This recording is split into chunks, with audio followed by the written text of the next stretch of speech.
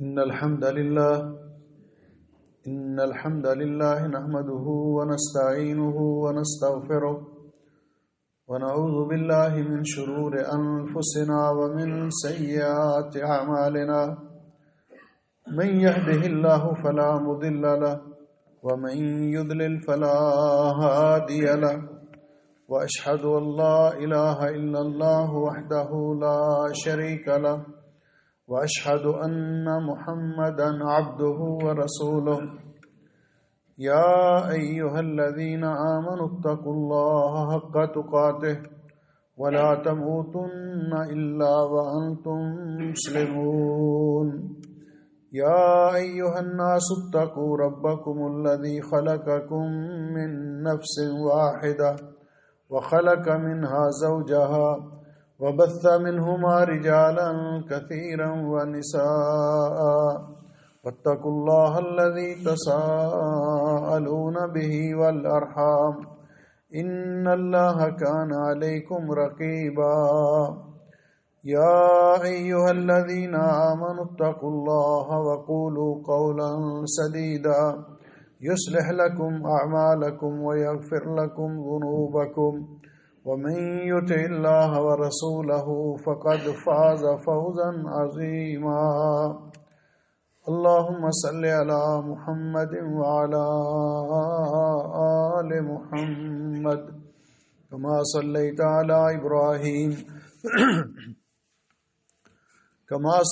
على إبراهيم وعلى آل إبراهيم إنك حميد مجيد اللهم بارك على محمد وعلى آل محمد كما باركت على إبراهيم وعلى آل إبراهيم إنك حميد مجيد أما بعد فيا أيها الناس إن خير الحديث كتاب الله وخير الهدي هدي محمد صلى الله عليه وسلم وشر الأمور محدثاتها وكل محدثة بدعة وكل بدعة ضلالة وكل ضلالة في النار۔ قابل صد احترام بزرگوں، بھائیوں اور عزیزوں، آج کے خطبہ جمعہ کا عنوان ہے معیت اللہ اسبابها و ثمراتها، اللہ تعالیٰ کی معیت کے حصول کے اسباب اور اس کے برکات و ثمرات۔ یہ احساس اور شعور اللہ رب العزت کی بہت بڑی نعمت ہے کہ مومن یہ بات محسوس کرے کہ ان اللہ معی، اللہ تعالیٰ میرے ساتھ ہے۔ جب مومن کا یہ عقیدہ اور ایمان پختہ ہو جاتا ہے تو پھر مومن کے دل کو اطمینان بھی حاصل ہوتا ہے، اس کی زندگی میں سکون بھی آتا ہے اور مومن ثابت قدم بھی رہتا ہے۔ اور جب یہ شعور اور احساس ہو کہ میرا رب میرے ساتھ ہے تو پھر مومن کے سامنے مشکلات کے پہاڑ، کسی کی مخالفت، دشمنی، اس کی کوئی حیثیت نہیں رہتی۔ جیسے بھی جتنی بھی بڑی مشکلات کیوں نہ ہوں، مومن سمجھتا ہے کہ میرا رب میرے ساتھ ہے اور مجھے اس کی کوئی پرواہ نہیں۔ اللہ رب العزت نے قرآن پاک میں اس کی کئی مثالیں بیان کی ہیں۔ پیارے نبی حضرت محمد الرسول اللہ صلی اللہ علیہ وسلم جب ہجرت کے لیے مکہ معظمہ سے نکلے تو آپ نے غار ثور کے اندر قیام کیا تو مشرکین مکہ آپ کو تلاش کرتے کرتے غار کے دھانے تک پہنچ گئے۔ حضرت ابو بکر رضی اللہ تعالیٰ عنہ بڑے پریشان ہو رہے تھے اور عرض کرنے لگے، حضرت وہ بالکل اوپر کھڑے ہیں، اگر انہوں نے اپنے پاؤں کی طرف بھی دیکھ لیا تو ہم ان کو نظر آ جائیں گے۔ تو اس وقت رسول اکرم صلی اللہ علیہ وسلم نے فرمایا، ابو بکر ما ظنک باثنین اللہ ثالثہما، ابو بکر ان دو آدمیوں کے بارے میں آپ کا کیا خیال ہے کہ جن کا تیسرا اللہ تعالیٰ ہے؟ اور اللہ رب العزت نے فرمایا اللہ تنصروہ، ساری دنیا بھی اگر مخالف ہو جائے اور اللہ تعالیٰ کی معیت انسان کو حاصل ہو تو پوری دنیا مل کر انسان کا بال بیکا نہیں کر سکتی، کچھ بگاڑ نہیں سکتی۔ اور یہی بات نبی کریم علیہ السلام نے حضرت ابن عباس رضی اللہ تعالیٰ عنہ کو نصیحت کرتے ہوئے فرمائی تھی کہ یہ بات یاد رکھو، اگر پوری دنیا تمہیں نفع پہنچانے کے لیے اکٹھی ہو جائے اور اللہ نے آپ کی قسمت میں وہ نفع نہ لکھا ہو تو کوئی آپ کو نفع نہیں دے سکتا، اور اگر پوری دنیا آپ کو نقصان پہنچانے پر تل جائے اور اللہ نے آپ کی قسمت میں وہ نقصان نہ لکھا ہو تو کوئی آپ کا کچھ بگاڑ نہیں سکتا۔ تو اللہ رب العزت نے فرمایا اللہ تنصروہ فقد نصرہ اللہ اذ اخرجہ الذین کفروا ثانی اثنین اذ ہما فی الغار،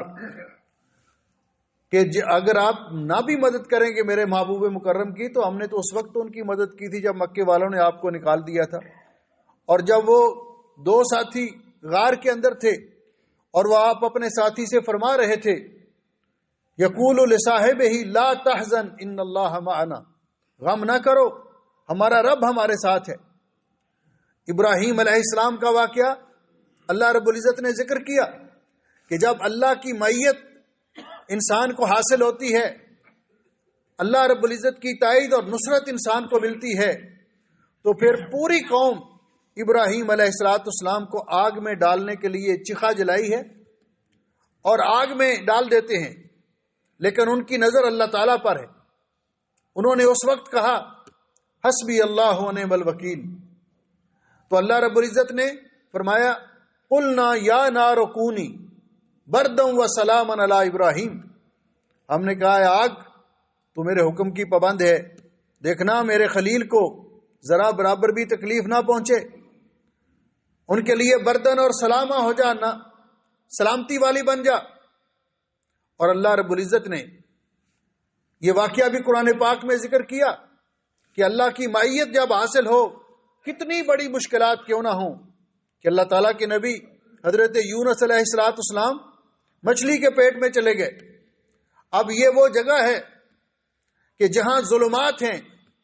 رات کا اندھیرا، پانی کا اندھیرا، مچھلی کے پیٹ کا اندھیرا، لیکن وہاں جب اللہ تعالیٰ کو پکارا نادا فی الظلمات اللہ الہ الا انت سبحانک انی کنت من الظالمین، تو اللہ رب العزت نے فرمایا فنجیناہ من الغم، ہم نے ان کو غم اور پریشانی سے نجات دی۔ تو جس کا معنی یہ ہے کہ انسان جب اس بات پر انسان کا یقین ہو،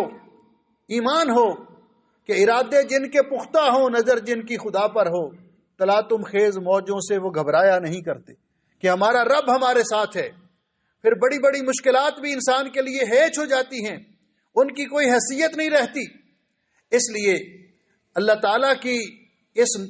تائید، اللہ تعالیٰ کی نصرت، اللہ تعالیٰ کی معیت کے حصول کے لیے جو اللہ رب العزت نے اسباب بیان فرمائے قرآن پاک میں، تو اللہ سبحانہ و تعالیٰ فرماتے ہیں ان اسباب میں پہلا سبب جو ہے ایمان اور عمل صالح،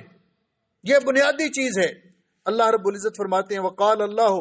انی معکم لئن اقمتم الصلاۃ وآتیتم الزکاۃ وآمنتم برسلی وعزرتموہم واقرضتم اللہ قرضا حسنا، اللہ فرماتے ہیں اگر تم یہ کام کرو کہ تم نمازیں قائم کرو، زکوٰۃ ادا کرو، میرے رسولوں پر ایمان لاؤ اور ان کی تائید کرو اور اللہ کی راہ میں خرچ کرو، تو اللہ سبحانہ و تعالی تمہارے ساتھ ہے۔ انی معکم، اللہ فرماتے ہیں میں تمہارے ساتھ ہوں۔ اور نبی کریم علیہ السلام نے حضرت عبداللہ ابن عباس رضی اللہ تعالیٰ عنہما کو نصیحت کرتے ہوئے فرمایا کہ یا غلام احفظ اللہ یحفظ کا، اے نوجوان تم اللہ تعالیٰ کے احکام کی پابندی کرو، اللہ کی شریعت پر عمل کرو، جہاں سے اللہ تعالیٰ نے جو حکم دیا کرو، جہاں سے روک دیا رک جاؤ، تو یحفظ کا، اللہ تعالیٰ آپ کی حفاظت کرے گا۔ احفظ اللہ، تم احکام الہی کی پابندی کرو، تجد ہو تو جاہ کا، ہر مشکل اور مصیبت میں اللہ تعالیٰ کو اپنے سامنے پاؤ گی۔ دوسری چیز، دوسرا سبب تقوی، کہ انسان تقوی اختیار کرے، اور اللہ رب العزت نے فرمایا کہ تقوی اختیار کرنے والا اور احسان کرنے والا، نیکی کرنے والا محسن، ان اللہ مع الذین اتقوا والذین هم محسنون، اللہ تعالیٰ ان لوگوں کے ساتھ ہے جو تقوی اختیار کرتے ہیں اور جو نیکی کرنے والے محسن ہیں۔ پھر اللہ رب العزت نے فرمایا طویل حدیث کے اندر، جس کا خلاصہ یہ ہے کہ انسان فرائض کی پابندی کے ساتھ ساتھ نوافل کا اہتمام زیادہ کرے، تو اللہ رب العزت نے فرمایا من عاد علی ولی فقد آذنتہ بالحرب، جو میرے کسی ولی اور دوست کی مخالفت کرے گا، اس کے ساتھ دشمنی رکھے گا، میری اس کے ساتھ کھلی جنگ ہے۔ تو اللہ رب العزت نے فرمایا کہ اللہ تعالیٰ کو یہ بات بہت پسند ہے کہ اللہ کے بندے اس کے فرائض کی پابندی کریں، اور جو لوگ فرائض کی پابندی کے ساتھ ساتھ نوافل کی کثرت کے ساتھ نوافل ادا کرتے ہیں، تو اللہ سبحانہ و تعالیٰ فرماتے ہیں یہ لوگ اللہ تعالیٰ کے اتنے قریب ہوتے جاتے ہیں نوافل کے ذریعے کہ اللہ تعالیٰ فرماتے احببتہ، میں ایسے بندے سے محبت کرنے لگ جاتا ہوں۔ جب اللہ تعالیٰ محبت کرتا ہے تو پھر اللہ تعالیٰ اس کے ہاتھوں کو، اس کے آنکھوں کو، اس کے پاؤں کو اپنی منشا کے مطابق چلاتا ہے، اور ایسا شخص اس کے ساتھ اللہ کی تائید اور نصرت ہمیشہ اس کے ساتھ رہتی ہے۔ اسی طرح اللہ کی معیت کے حصول کے اسباب میں سے کثرت و ذکر اللہ تعالیٰ کو کثرت کے ساتھ یاد کرنا، اور اپنے رب پہ حسن ظن رکھنا، اچھا گمان رکھنا کہ میرا رب مجھے ضائع نہیں کرے گا، وہ مشکلات میں میری مدد کرے گا، میرے حق میں اس کا جو فیصلہ ہوگا وہ بہتر ہوگا۔ تو اللہ رب العزت فرماتے ہیں انا عند ظن عبدی بی، میں اپنے بندے کے گمان کے، جو میرے بارے میں گمان رکھتا ہے، میں اس گمان کے مطابق اس کے ساتھ معاملہ کرتا ہوں۔ وَأَنَا مَعَهُ إِذَا ذَكَرَنِي، جب میرا بندہ مجھے یاد کرتا ہے میں اس کے ساتھ ہوتا ہوں۔ اور اس مالک نے خود فرمایا فَاذْكُرُونِي أَذْكُرْكُمْ، تم مجھے یاد کرو میں تمہیں یاد رکھوں گا۔ اور اللہ رب العزت کو جب انسان یاد کرتا ہے تو اللہ تعالیٰ فرماتے ہیں انسان اکیلا یاد کرے تو میں اسے اکیلے کو یاد کرتا ہوں، اور اگر لوگوں کے اندر بیٹھ کر یاد کرے تو میں اس سے بہتر لوگوں کے اندر اس بندے کا ذکر کرتا ہوں، ذکر خیر کرتا ہوں، یعنی اپنے ملائکہ اور فرشتوں کے پاس۔ اسی طرح اللہ تعالیٰ کی معیت کے حصول کے اسباب میں سے ایک چیز صبر ہے۔ اللہ تعالیٰ فرماتے ہیں ان اللہ مع الصابرین، اللہ تعالیٰ صبر کرنے والوں کے ساتھ ہے۔ اور نبی کریم علیہ السلام نے فرمایا حضرت ابن عباس کو وَعَلَمْ أَنَّ النَّصْرَ مع الصبر، یہ بات یاد رکھیے، جان لیجئے کہ انسان صبر کرتا ہے تو اللہ کی مدد آتی ہے، اللہ تعالیٰ کی نصرت اور تائید آتی ہے۔ اسی طرح اللہ تعالیٰ سے استغاثہ اور دعا کرنا کہ مشکلات میں اللہ کی معیت، اللہ کا ساتھ، اس کی تائید، اس کی مدد حاصل کرنے کے لیے اللہ سے فریاد کی جائے۔ جس طرح کہ رمضان المبارک کے مہینے میں 17 رمضان کو غزوہ بدر ہوا تھا، اور اس میں آپ دیکھیے سچویشن کہ ایک طرف 1000 کا لشکر، ہر قسم کا اسلحہ اور جو جنگ کے آلات ہیں ان کے پاس ہیں، جنگی ساز و سامان ان کے پاس ہے، اور ادھر 313، کسی کے پاس تلوار ہے تو ڈھال نہیں ہے، کسی کے پاس سواری نہیں ہے۔ لیکن ایسے موقع پر رسول اکرم صلی اللہ علیہ وسلم نے اللہ تعالیٰ سے فریاد کی استستغیثون ربکم فاستجاب لکم، تو اپنے رب سے استغاثہ اور دعا کر رہے تھے، اللہ نے تمہاری دعا قبول کی، اور اللہ نے اتنے بڑے دشمن پر مسلمانوں کو شاندار فتح عطا کی۔ اللہ تعالیٰ سے دعا انسان کرے تو اللہ کی معیت، اللہ تعالیٰ کی نصرت انسان کو حاصل ہوتی ہے۔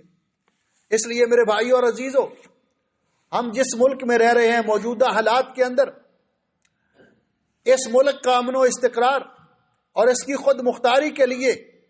ہمیں بھی کردار ادا کرنا چاہیے۔ امیر کویت حفظہ اللہ ورعاہ، انہوں نے پچھلے دن قوم سے خطاب کیا چند دن پہلے، اور انہوں نے اس بات پر زور دیا کہ اس ملک کی خود مختاری اور امن و استقرار یہ ہمارا الخط الاحمر ہے، ریڈ لائن ہے، جس کی ہم ہر حال میں حفاظت کریں گے۔ ہم کسی کو اس ملک کی خود مختاری یا اس ملک کے امن و امان میں خلل ڈالنے کی کسی کو اجازت نہیں دیں گے۔ اور اس کے لیے انہوں نے کویت کے مواطنین کو بھی اور باہر سے آنے والے وافدین، مقیمین، ان سب کو پہ زور دیا انہوں نے کہ سب اس کے لیے اپنا اپنا کردار ادا کریں۔ اور میں بھی کہتا ہوں کہ یہ ہمارا بلد ثانی ہے، یہ ہمارا وطن ہے، ہم نے اس سے بڑا استفادہ کیا ہے، ہمیں بھی اس کے امن و امان کے تحفظ کے لیے، اس کی خود مختاری کے لیے، اس ملک کے دفاع کے لیے ہر شخص کو اپنا اپنا کردار ادا کرنا چاہیے، اس لیے کہ جو گھر کی خیر چاہے تو خیر چمن بھی مانگ، یہ ہمارا گھر ہے، ہمیں اس کی خیر چاہیے تو ہمیں اس ملک کی خیر بھی مانگنی چاہیے۔ اللہ اس ملک کی بھی اور تمام بلاد اسلامیہ کی حفاظت فرمائے، ہر قسم کے شر اور فتنے سے اللہ تعالی ہم سب کو محفوظ فرمائے۔ اللہ سبحانہ و تعالی نے جس طرح ہمیں یہ ایمان دیا ہے، ایمان کی دولت عطا کی ہے، عقیدہ توحید عطا کیا ہے، تو اس کا تقاضا یہ ہے کہ انسان کا اس بات پر پختہ یقین ہو کہ میرا اللہ میرے ساتھ ہے۔ جب اس بات کا یقین ہو تو دنیا کے تمام مشاکل، مصائب، پریشانیاں حل ہو جاتی ہیں، انسان کی نظر میں ہیچ ہو جاتی ہیں کہ میرا رب ان مشکلات کو دور کرنے والا ہے، میرا رب میرے ساتھ ہے۔ اور جب انسان بعض اوقات بشری تقاضے کے مطابق، انسان کا فطری تقاضا ہے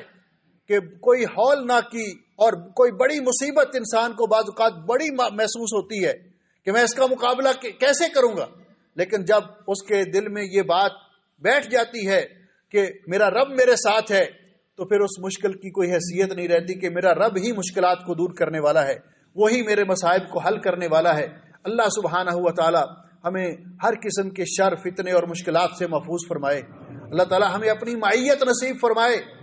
اللہ تعالی ہمیں ان اسباب کو اختیار کرنے کی توفیق عطا فرمائے جن کے ذریعے اللہ تعالی کی معیت، نصرت اور تائید انسان کو دنیا میں حاصل ہوتی ہے۔ اقول قولی ھذا استغفر اللہ لی ولکم ولسائر المسلمین من کل ذنب واتوب الیہ فاستغفروہ انہ ھو الغفور الرحیم۔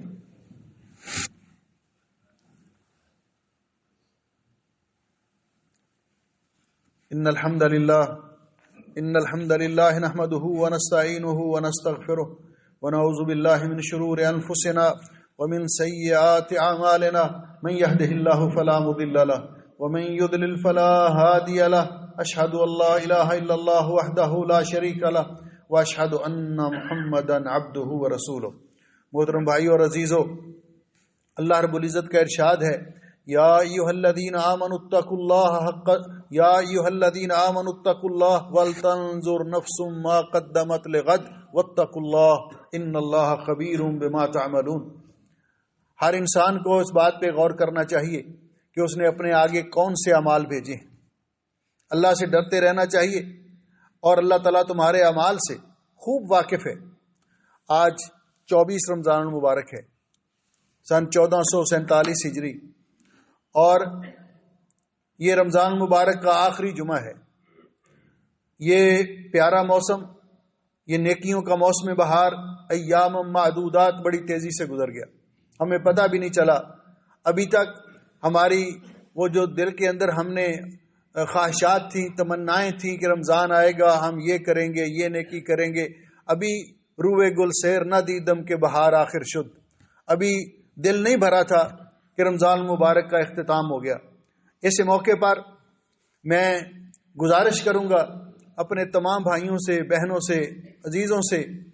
کہ پچھلے دنوں کے اندر اللہ نے جن کو توفیق بخشی، انہوں نے روزے رکھے، نمازیں ادا کی، پابندی کی، قیام کیا، صدقہ و خیرات کیا، جو جو نیک اعمال کیے، قرآن پاک کی تلاوت کی، دعائیں کی، اللہ قبول و منظور فرمائے۔ اس ماہ مبارک کو ہمارے لیے بخشش اور مغفرت کا ذریعہ بنائے، جہنم سے آزادی کا ذریعہ بنائے، اور جن سے کوتاہی ہوئی ہے آج بھی موقع ہے۔ اللہ رب العزت کی طرف سے ندا آتی ہے کہ آج بھی آ جاؤ، ہم تو مائل بکرم ہیں، کوئی سائل ہی نہیں۔ آ کر ہمارے بارگاہ میں آ کر اشک ندامت بہاؤ، ہم سے التجا کرو، معافی مانگو، ہم آپ کے گناہوں پر معافی کا قلم پھیر دیں گے، اور باقی دنوں کے اندر اللہ سے توفیق مانگے کہ انسان جو پہلے کوتاہی ہوئی ہے اس کا ازالہ کرے۔ تو ابھی بھی وقت ہے، اللہ کی بارگاہ میں سچی توبہ کی جائے، اور باقی جو دن ہیں اور آج جو رات آ رہی ہے وہ طاق راتیں رمضان مبارک کے آخری عشرے کی، جن کے اندر نبی پاک صلی اللہ علیہ وسلم نے فرمایا تحروا لیلۃ القدر فی الوتر من العشر الاواخر، لیلۃ القدر کی آخری عشرے کی طاق راتوں میں، رمضان کے آخری عشرے کی طاق راتوں میں لیلۃ القدر کو تلاش کرو۔ تو 2 راتیں گزر چکی ہیں، 21 کی رات، 23 کی رات۔ اب ہمارے پاس آج جو رات آ رہی ہے یہ بڑی اہم رات ہے۔ اس کے بعد پھر 27 کی رات اور پھر 29 کی رات، 3 راتیں باقی ہیں. تو ہمیں کوشش کرنی چاہیے، کیونکہ اس رات کی عبادت نبی علیہ السلام نے فرمایا من قام لیلۃ القدر ایمانا واحتسابا غفر له ما تقدم من ذنبه. جو لیلۃ القدر کو قیام کرتا ہے، جاگ کر اللہ کی عبادت کرتا ہے، اللہ تعالیٰ اس کے پچھلے سارے گناہ معاف کر دیتے ہیں. ام المومنین عائشہ رضی اللہ تعالیٰ عنہ نے پوچھا کہ حضرت اگر مجھے لیلۃ القدر مل جائے تو میں اللہ سے کیا مانگوں؟ تو آپ نے فرمایا یہ دعا کرو اللہم انک عفو تحب العفو فاعف عنی. اے اللہ تو بہت زیادہ معاف کرنے والا ہے، معافی کو پسند کرتا ہے، مجھے بھی معاف کر دے. یہ رات، اس رات کی عبادت 1000 مہینے کی خیر من الف شہر، 1000 مہینے کی عبادت سے بہتر ہے، 83 سال اور 4 مہینے. اور نبی کریم علیہ السلام نے فرمایا من حرمھا فقد حرم الخیر کلہ. جو اس رات کی خیر و برکت کو حاصل کرنے سے محروم رہا وہ بہت ہی محروم قسمت ہے، اس سے بڑا بد نصیب کوئی نہیں. اس لیے ہمیں کوشش کرنی چاہیے، اس سے بھی استفادہ کریں کہ اس رات کے اندر جو بھی نیک عمل ہم سے ہو سکے، اور یہ دعائیں کرنے کی رات ہے، دعا کریں اپنے لیے بھی، اپنے والدین، بیوی بچوں کے لیے، پوری امت مسلمہ کے لیے دعا کریں. اور پھر رمضان مبارک کے اختتام پر اللہ رب العزت نے ہم پر یہ بھی فضل و کرم فرمایا کہ صدقۃ الفطر فرض کیا، جس کے 2 ہدف ہیں. ایک تو یہ ہے کہ روزے کے اندر ہم سے جو کمی کوتاہی ہوئی اللہ اس کے ذریعے اس کو پوری کر دیتا ہے، اور دوسرا فقیروں اور مسکینوں کی عید کا انتظام ہو جاتا ہے. تو اس کو عید نماز سے پہلے ادا کرنا چاہیے. آپ ابھی بھی ادا کر سکتے ہیں. اور یہ کیا فی کس، خواہ بچہ ہے، بوڑھا ہے، چھوٹا ہے، بڑا ہے، اس نے روزے رکھے ہیں یا نہیں رکھے کسی مجبوری کی وجہ سے، یا ابھی اس پر فرض نہیں ہوئے، سب کی طرف سے 1 سا، اور 1 سا بنتا ہے 2.5 کلو گرام چاول یا گندم، یہ ادا کی جائے. اگر دوسری جگہ پہ جنس بھیجنی مشکل ہے تو آپ پیسے بھی بھیج سکتے ہیں. اس کو بھی عید نماز سے پہلے کوشش کرنی چاہیے کہ ادا کر دیں. اللہ تعالیٰ اپنے فضل و رحمت سے ہمیں زندگی میں بار بار رمضان المبارک کی بہاریں نصیب فرمائے، اور یہ موسم ہمیں نصیب فرمائے. ان اللہ و ملائکتہ یصلون علی النبی یا ایھا الذین آمنوا صلوا علیہ وسلموا تسلیما. اللہم صلی علی محمد وعلی آل محمد کما صلیت علی ابراہیم وعلی آل ابراہیم انک حمید مجید. اللہم بارک علی محمد وعلی آل محمد کما بارکت علی ابراہیم وعلی آل ابراہیم انک حمید مجید. ربنا ظلمنا انفسنا وإن لم تغفر لنا وترحمنا لنكونن من الخاسرين. اللهم أنت الله لا إله إلا أنت نستغفرك ونتوب إليك. اللهم اشف مرضانا ومرضى المسلمين. اللهم اقض حاجاتنا وحاجات المسلمين. اللهم اجعل هذا البلد آمنا مطمئنا رخاء سخاء وسائر بلاد المسلمين. اللهم احفظنا من كل سوء ومكروه. اللهم احفظنا من كل سوء ومكروه. اللهم من أرادنا بشر فاشغله في نفسه ورد كيده في نحره. اللهم احفظنا من بين أيدينا ومن خلفنا وعن أيماننا وعن شمائلنا ومن فوقنا ونعوذ بعظمتك أن نغتال من تحتنا. ربنا تقبل منا إنك أنت السميع العليم وتب علينا إنك أنت التواب الرحيم. سبحان ربك رب العزة عما يصفون. اللهم تقبل منا صيامنا وقيامنا وسائر أعمالنا. ربنا تقبل منا إنك أنت السميع العليم وتب علينا إنك أنت التواب الرحيم. سبحان ربك رب العزة عما يصفون وسلام على المرسلين والحمد لله رب العالمين. صفحہ درست کر لیں.